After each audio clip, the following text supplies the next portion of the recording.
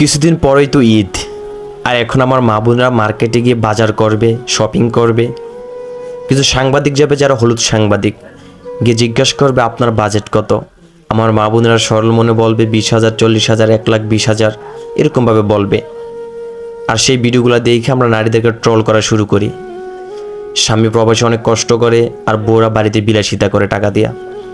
আচ্ছা, তার স্বামী যদি তাকে টাকা দেয়, ওই প্রবাসী মানুষটা শুধু কষ্ট করে তার বউকে, পরিবারকে ভালো রাখার জন্য, সে যদি টাকা দেয় তার বউকে, ওই বউ যদি শপিং করে ভালো থাকে, তাহলে আমার আর আপনার সমস্যা কোথায়? আমার আর আপনার জলে কেন? আমরা এমনি তো পরের ভালো দেখতে পারি না। প্রবাসীরা প্রবাসে কষ্ট যে করে এটা যেমন সত্যি, আমার মা বোনার যে বাড়িতে কষ্ট করে এটাও সত্যি।